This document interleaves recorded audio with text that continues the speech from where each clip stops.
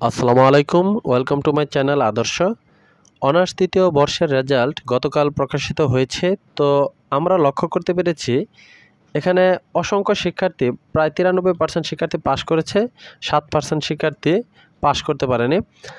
তো আমাদের আশপাশের কলেজগুলোতে আমরা লক্ষ্য করতে পেরেছি যে অনেক শিক্ষার্থী বাংলা প্রবন্ধ ১ এই বিষয়টাতে খারাপ করেছে।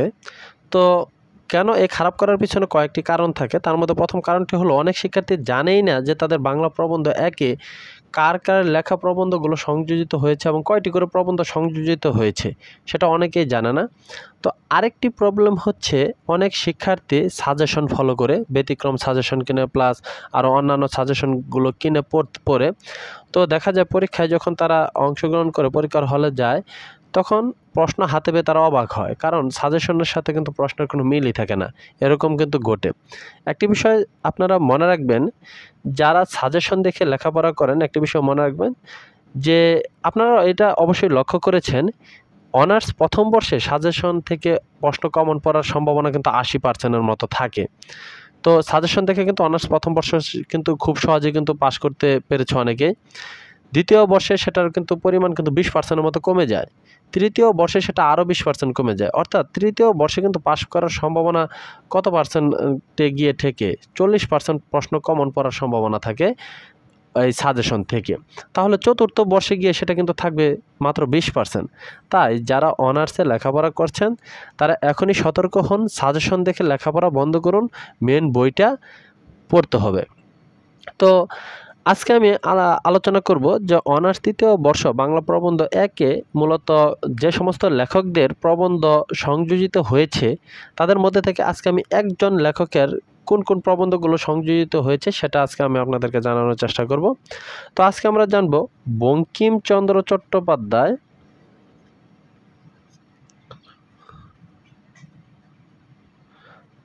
এই বঙ্কিমচন্দ্র চট্টোপাধ্যায়ের কোন কোন উপন্যাসগুলো আমাদের এই অনার্স তৃতীয় বর্ষে পড়তে হয়, সেটা আজকের এই ক্লাসে আপনারা জানতে পারবেন।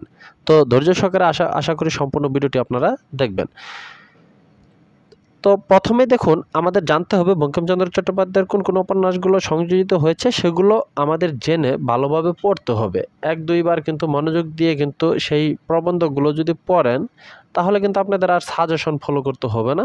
কারণ যে সমস্ত গুরুত্বপূর্ণ প্রশ্নগুলো আপনাদের পরীক্ষায় আসতে পারে, সেগুলো কিন্তু আপনারা প্রবন্ধেই কিন্তু পেয়ে যাবেন। বাইরে থেকে কিন্তু তারা প্রশ্ন করবে না। আপনার সিলেবাসের ভিতরে যে প্রবন্ধগুলো থাকবে বা যে বিষয়গুলো থাকবে, সেগুলো থেকেই কিন্তু প্রশ্ন করবে। বাইরে থেকে এমন কোনো প্রশ্ন করবে না যে বঙ্কিমচন্দ্র চট্টোপাধ্যায়ের স্ত্রীর নাম কি?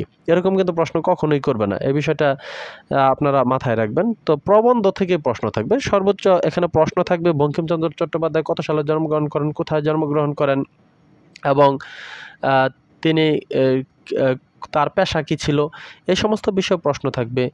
আর এখানে যে প্রবন্ধগুলো থাকবে, প্রবন্ধগুলোর ভিতরে কিছু ক্যারেক্টার আছে, সেই ক্যারেক্টারগুলো সম্পর্কে প্রশ্ন করতে পারে। যেমন ধরেন বাবু প্রবন্ধে এখানে ক্যারেক্টারগুলোর নাম কি বাবু প্রবন্ধের? তো বাবু প্রবন্ধে আপনারা যদি পড়েন দেখবেন ২টি ক্যারেক্টার আছে। তো এই ২টি ক্যারেক্টারের নাম কিন্তু আমাদের জানতে হবে। তো এটা আপনারা কখন পাবেন? যখন আপনারা সেই প্রবন্ধগুলো পড়বেন, তখনই কিন্তু আপনারা সেই সমস্ত তথ্য কিন্তু খুব সহজে পেয়ে যাবেন।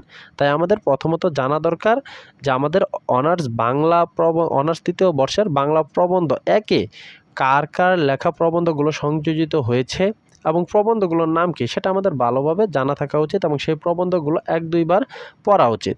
তো চলুন আমরা দেখি বঙ্কিমচন্দ্র চট্টোপাধ্যায়ের কোন কোন প্রবন্ধগুলো আমাদের এক্ষেত্রে অনার্স তৃতীয় বর্ষে সংযোজিত হয়েছে বাংলা প্রবন্ধে। তার লেখা যে সমস্ত প্রবন্ধ সংযোজিত, তার মধ্যে প্রথম হচ্ছে বাবু এবং দ্বিতীয় হচ্ছে গর্দব। তো একটি বিষয় মনে রাখবেন, এই ২টি প্রবন্ধ বঙ্কিমচন্দ্র চট্টোপাধ্যায়ের লোক রহস্য নামক প্রবন্ধ গ্রন্থ থেকে কিন্তু নেওয়া হয়েছে। লোক রহস্য গ্রন্থ থেকে সংযোজিত হয়েছে বাবু এবং গর্দব প্রবন্ধ ২টি। বাকি সবগুলো প্রবন্ধ কিন্তু বিবিধ প্রবন্ধ গ্রন্থ থেকে কিন্তু নেওয়া হয়েছে। তো ৩ নাম্বার গ্রন্থটি হলো গীতি কাব্য।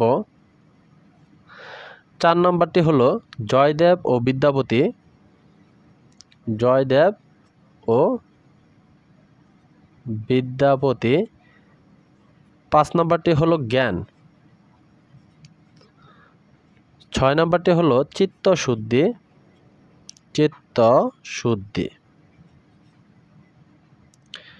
7 নম্বরটা হলো বাংলা ভাষা এবং সর্বশেষ 8 নম্বরটি হলো মনুষ্যত্ব কি। এই 8টি প্রবন্ধ বঙ্কিমচন্দ্র চট্টোপাধ্যায়ের শ্রেষ্ঠ সংকলন। এই 8টি প্রবন্ধ বাংলা প্রবন্ধ একে সংযোজিত হয়েছে।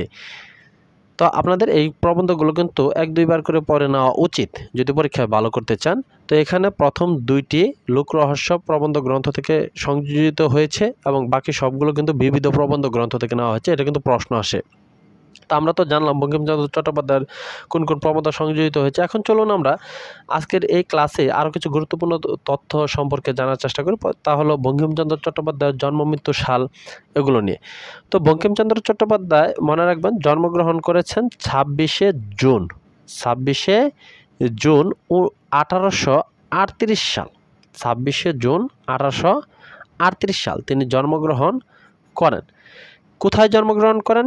24 পরগনার কাঁঠালপাড়া গ্রামে। মনে রাখবেন 24 পরগনার কাঁঠালপাড়া গ্রামে তিনি জন্মগ্রহণ করেন। তার পেশা ছিল সে ডেপুটি ম্যাজিস্ট্রেট ও ডেপুটি কালেক্টর। এটা দিবেন যদি প্রশ্ন আসে যে বঙ্কিমচন্দ্র চট্টোপাধ্যায়ের পেশা কী ছিল, তাহলে সেটা হবে ডেপুটি ম্যাজিস্ট্রেট ও ডেপুটি কালেক্টর। এবং বঙ্কিমচন্দ্র চট্টোপাধ্যায়কে কিন্তু উপন্যাসের জনক বলা হয়, কারণ সার্থক উপন্যাস বঙ্কিমচন্দ্র চট্টোপাধ্যায় সর্বপ্রথম রচনা করতে সক্ষম হয়েছিলেন, তাই তাকে উপন্যাসের জনক বলা হয়। বঙ্কিমচন্দ্র চট্টোপাধ্যায়কে উপন্যাসের জনক বলা হয় এবং একই সাথে তাকে সাহিত্য সম্রাটও কিন্তু বলা হয়। বঙ্কিমচন্দ্র চট্টোপাধ্যায় সাহিত্য সম্রাট। তিনি যে সরকারি চাকরিজীবী ছিলেন, সেই সরকারি চাকরিজীবী থাকাকালীন সময়ে তিনি কিন্তু সত্য কথা তার নিজের মুখে কিন্তু বলতে পারতেন না। তাই তিনি তার লেখনীর মাধ্যমে কমলাকান্ত নামক একটি চরিত্র কিন্তু তিনি সৃষ্টি করতে সক্ষম হয়েছিলেন। সেই কমলাকান্তের মুখ দিয়ে কিন্তু তৎকালীন সময়ের যে বাস্তব চিত্র সেটা কিন্তু তিনি ফুটিয়ে তুলেছেন। তো এটা মনে রাখবেন যে বঙ্কিমচন্দ্র চট্টোপাধ্যায়ের ছদ্মনাম হচ্ছে কমলাকান্ত। কমলাকান্ত হচ্ছে বঙ্কিমচন্দ্র চট্টোপাধ্যায়ের ছদ্মনাম। তিনি এই নামেই তৎকালীন সময়ের বাস্তব চিত্র তুলে ধরেছেন আমাদের সামনে। আর তিনি মৃত্যুবরণ করেন, এটা খুবই গুরুত্বপূর্ণ একটি প্রশ্ন, তিনি মৃত্যুবরণ করেন 8 এপ্রিল 1894 সালে। 1894 সালে। তো এটা এইটুকু তথ্য কিন্তু আমাদের অবশ্যই মনে রাখতে হবে। তিনি মৃত্যুবরণ করেন কোথায়? কলকাতায়। এটা সবাই মনে রাখবেন। তো প্রিয় শিক্ষার্থীরা, এই সকল তথ্য কিন্তু আমাদের জানতে হবে, প্লাস প্রবন্ধগুলো আমাদের পড়তে হবে যদি আমরা ভালো করতে চাই। তো অবশ্যই এই প্রবন্ধগুলো আপনারা ভালোভাবে পড়ে নেবেন। তো পরবর্তী ক্লাসে কিন্তু আমি অন্যান্য লেখকদের যে প্রবন্ধগুলো সংযোজিত হয়েছে তা কিন্তু আপনাদেরকে জানার চেষ্টা করব। অবশ্যই এখনই আমার এই চ্যানেলটি সাবস্ক্রাইব করে বেল আইকনটি অল করে দিয়ে রাখবেন, যাতে করে নতুন ভিডিও আপলোড করার সাথে সাথে সেটা আপনারা দেখতে পারেন।